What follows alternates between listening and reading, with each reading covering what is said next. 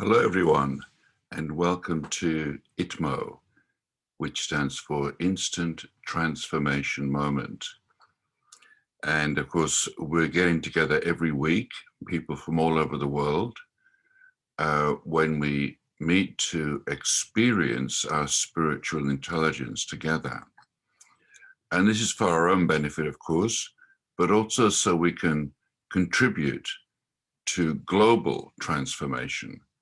And I'll talk a bit more about that later.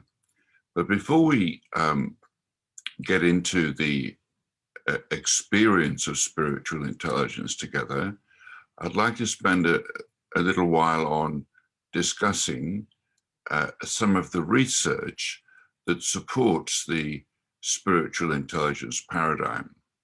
And today I want to go into an article called The Location of the Soul. So let me just bring this up on the screen so we can go through this article together, and so I can share a bit more about the nature of spiritual intelligence. Yeah, so here we are. This is the article called The Location of the Soul. And I'm going to read portions of this article and comment on it. Non-physical location. The soul is the existential self, or the true self, in contrast to the ego, which is the body-mind self.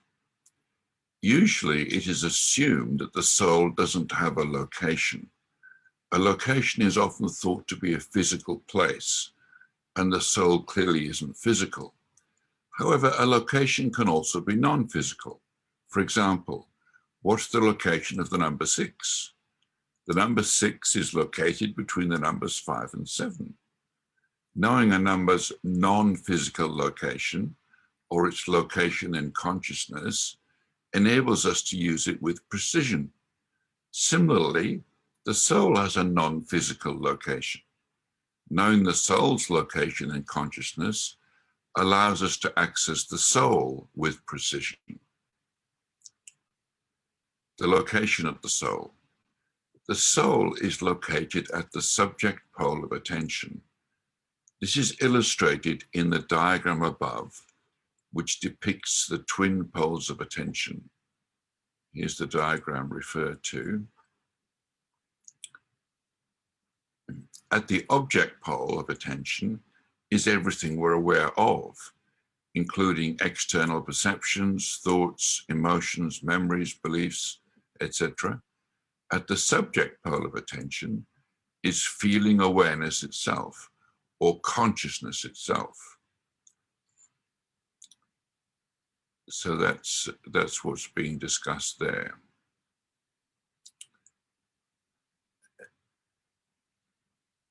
The SQ map of attention clarifies that being the ego means being the body and mind at the object pole of attention, while being the soul means being consciousness itself at the subject pole of attention. The native qualities of consciousness itself, which are inherently free from modification by objects of attention, are experienced at the subject pole of attention in moments of presence, in the form of wisdom, compassion, integrity, joy, love, creativity, and peace. Scientific evidence. The scientific evidence for the existence of the soul is compelling. The evidence is from two sources. Firstly, from studies in medical science, and two references are given, which prove that consciousness continues in the absence of brain activity. The second source of scientific evidence for the existence for the soul is the evidence for reincarnation. If reincarnation is a reality, clearly consciousness can detach from the body, which represents objective evidence for the existence of the soul. The article below provides conclusive evidence for reincarnation. religious belief. Traditional religious beliefs ascribe a supernatural nature to the soul that distinguishes the soul from everything that we can access naturally. Therefore, it might be objected that the soul as defined by the SQ paradigm is not the same soul as described in religious traditions. However, the qualities ascribed to the soul by religious beliefs are identical to the native qualities of consciousness itself, which are experienced at the subject pole of attention in moments of presence, in the form of wisdom, compassion, integrity, joy, love, creativity, and peace. It's unnecessary to give a supernatural explanation for experiences that we can have with our natural capabilities. The SQ paradigm thus demythologizes the soul by identifying the location of the soul in empirical terms, and thereby, for the first time, establishes the legitimacy of the soul within the contemporary secular worldview. As an innate dimension of intelligence that everyone can access, SQ therefore represents the foundation of secular spirituality. The SQ map of attention. Based on the locations of ego and soul at opposite poles of attention, the SQ paradigm draws a map by which to navigate from ego to soul with assurance and precision. This is an important advance for individual and collective evolution. Traditional religious beliefs situate the soul in a remote supernatural location, accessible to faith alone. But the SQ paradigm identifies the soul at a psychological location that is directly accessible without relying on belief, on the basis of direct personal experience. From ego to soul. The shift from ego to soul is the essence of spiritual intelligence. When SQ is active, the soul replaces the ego as the seat of personal identity and as the governor of IQ and EQ. The ego and the soul use IQ and EQ for different purposes. The ego uses IQ and EQ for personal gain, in a constant search for compensations for the inevitable dissatisfaction of being the ego. But the intelligence of the soul has a different purpose. As the intelligence of the soul, SQ uses IQ and EQ for the benefit of all, to express the native qualities of feeling awareness itself, which are experienced at the subject pole of attention in moments of presence, in the form of wisdom, compassion, integrity, joy, love, creativity, and peace.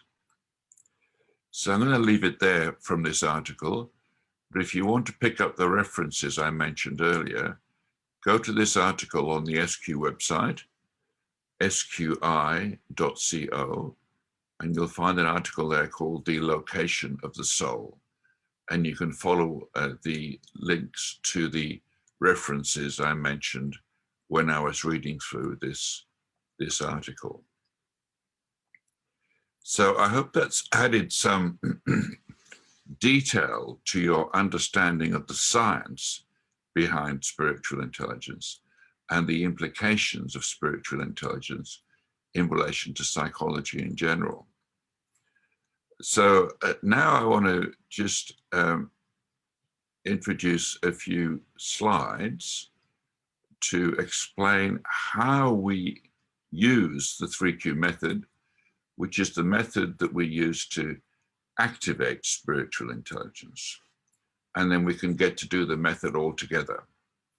So this symbol here represents 3 dimensions of intelligence: IQ, EQ, and SQ. And the symbol opens out into the twin poles of attention, which we've just seen in the article, The Location of the Soul.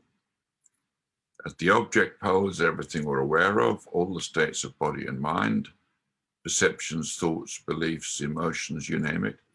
And at the subject pole of attention is consciousness itself, or feeling awareness itself, same thing. So let me just show you another slide now, which builds on this slide. I need to find that screen again. I think this is it here. We'll just see.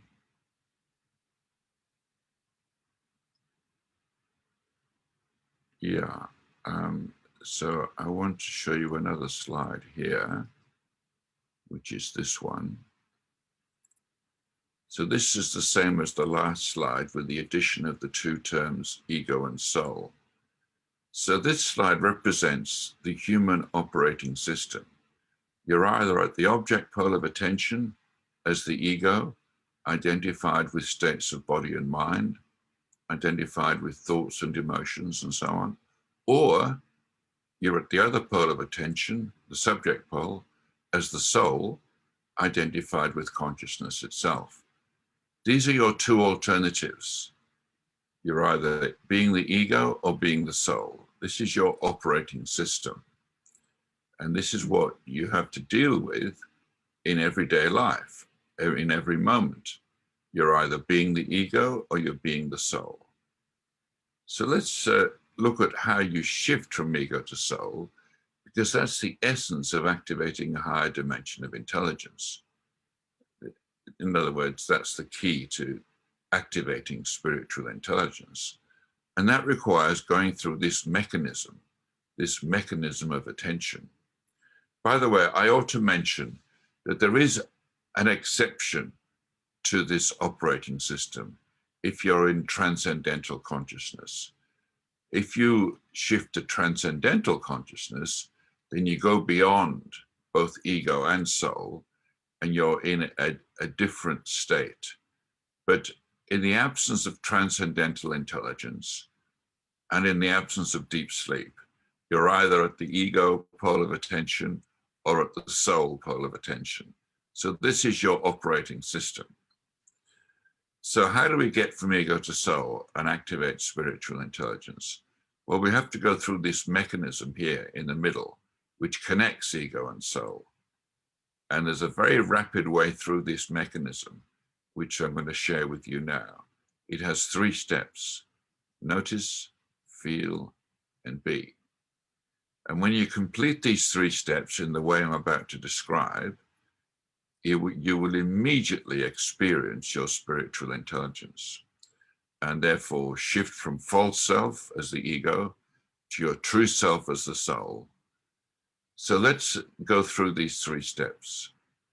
Step 1, notice. That's simply about noticing the human operating system, the ego and the soul at opposite poles of attention. Now, the reason for noticing that is that we forget so easily, don't we? And we get identified with our thoughts and emotions. You know, I believe I'm this emotion. I believe I'm this thought. I believe I'm the thinker. Well, none of that's true. That's the false self. That's the ego. You're actually the consciousness of your thoughts. You're the consciousness of your emotions. In other words, you're the soul. So step 1 is simply noticing our normal mistake of identifying as the ego. The second step is feel. And here's where we get to feel what it's like to be the soul. And for that, we use a breathing technique. So bring your attention now to your breathing. Just notice at the end of the in-breath, there's a slight pause when you are neither breathing in or breathing out.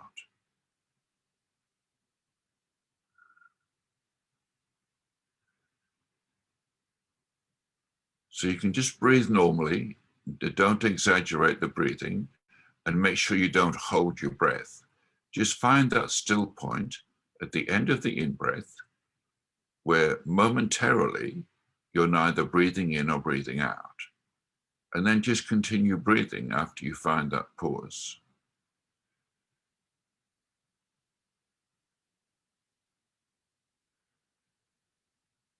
Did you find that pause there? Very short pause at the end of the in-breath before you start breathing out.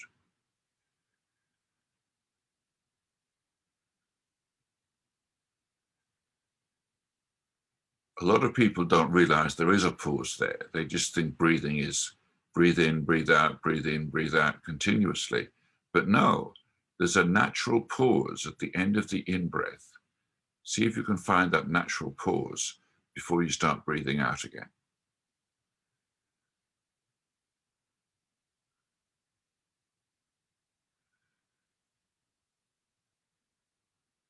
Did you find that natural pause? Okay. So now notice what happens to your thinking mind in that pause. When the breathing pauses, what happens to the thinking?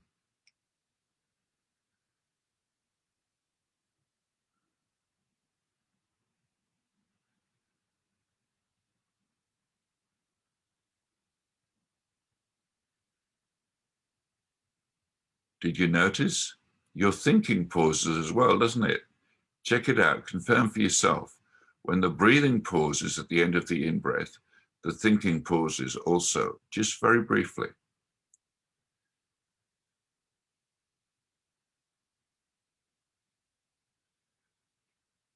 Right?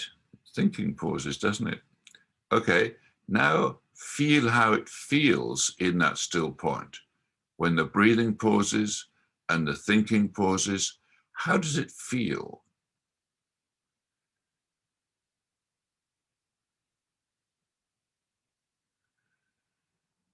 It feels peaceful, doesn't it?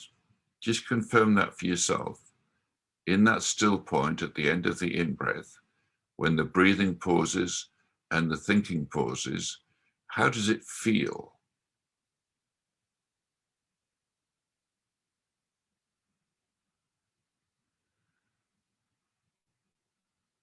It feels peaceful, doesn't it?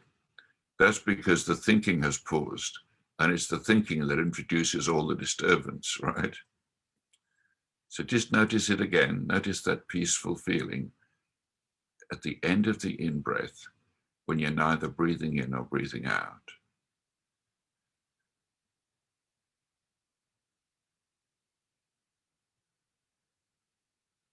So each time you come to that still point at the end of the in-breath, feel that peaceful feeling before the breathing continues.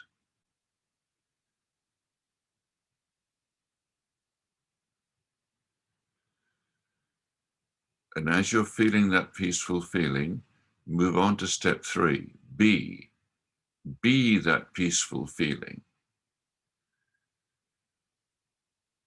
That simply means allow the peaceful feeling to go all over your body and mind.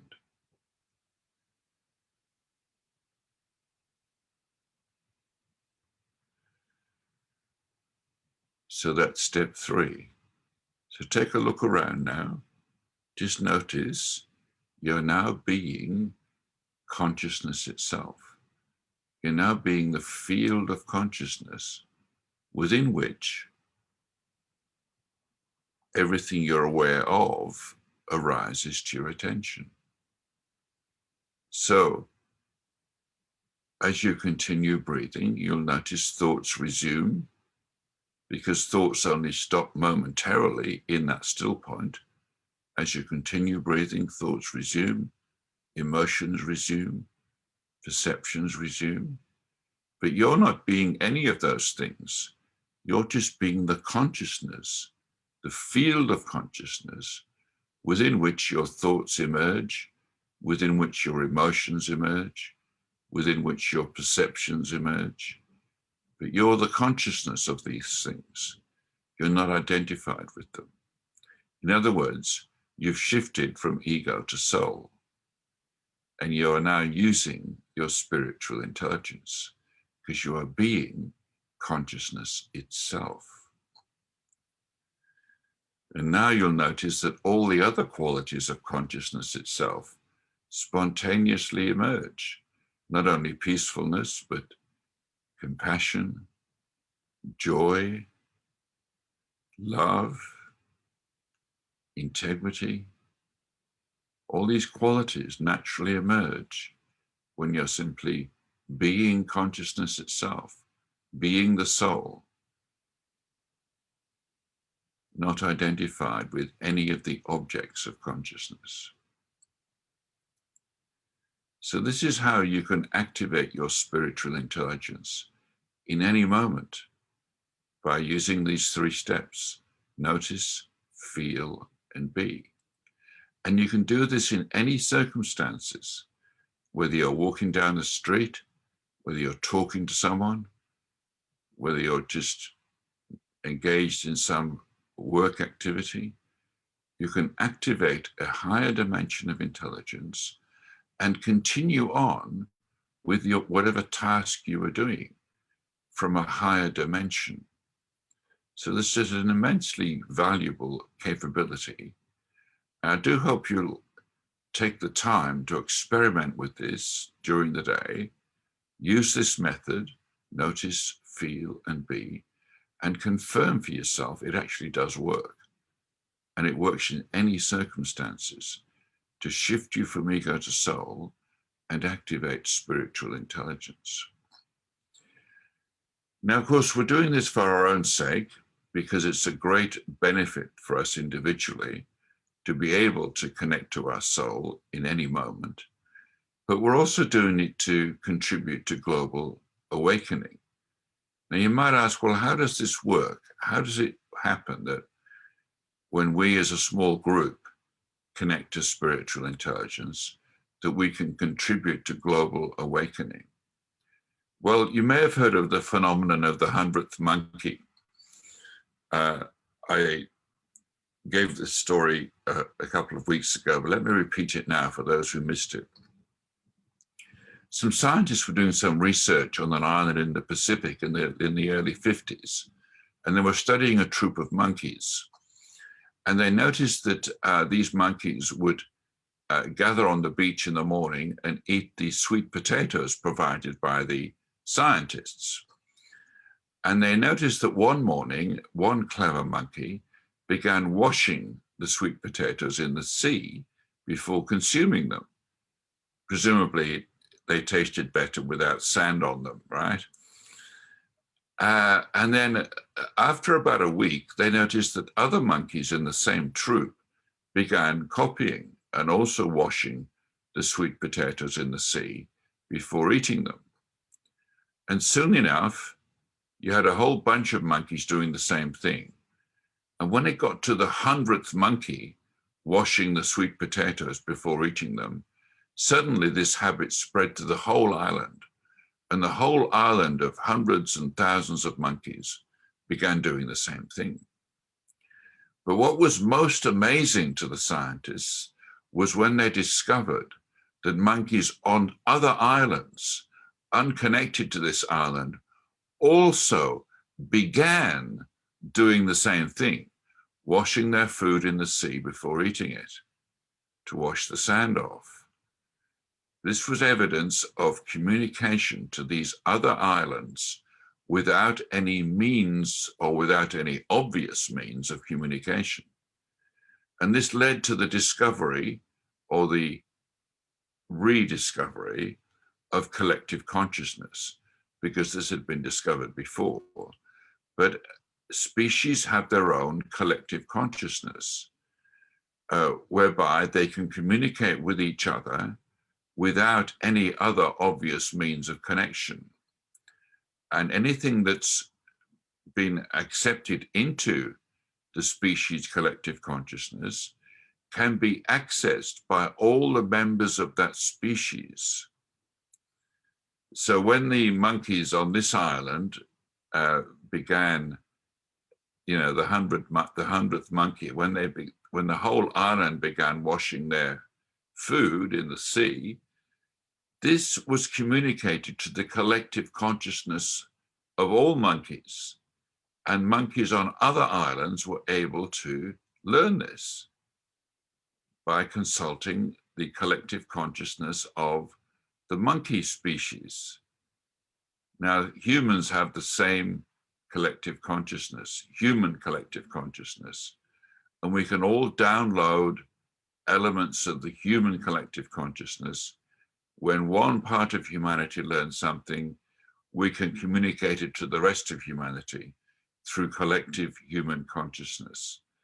And so when we as a group begin using the 3Q method, notice, feel, and be, and we get to the tipping point of the 100th monkey, the 100th human, we start to contribute this pathway to collective human consciousness, the pathway from ego to soul, the rapid 3Q pathway, notice, feel, and be. And the more of us who use this pathway, the more we strengthen this pathway in collective human consciousness, so that more and more people are able to easily shift from ego to soul. They're able to use this pathway that we're building, notice, feel, and be. It becomes more deeply ingrained in collective human consciousness, so that more and more people find it simple to shift from ego to soul, from false self to true self, using this simple pathway, notice, feel, and be. And so more and more people can easily access their spiritual intelligence, the more that we as a small group continue to meet and activate spiritual intelligence together. So that's the reason we meet every week, not just for our own benefit, but also so we can contribute to collective human consciousness. So I do hope you'll join us next week if you can, live. If not, the video will be there for you to watch and to join in with when you have the time to do so. But joining live will help to build our community, build it to the 100th monkey. So we want to get to at least 100 people for these live sessions. So I do hope you can join us next week at the same time, Wednesdays at 12 noon GMT +1. And please invite anyone else that you think would be interested to join us. So I'll say goodbye for now, and hopefully I'll see you next week. Bye-bye for now.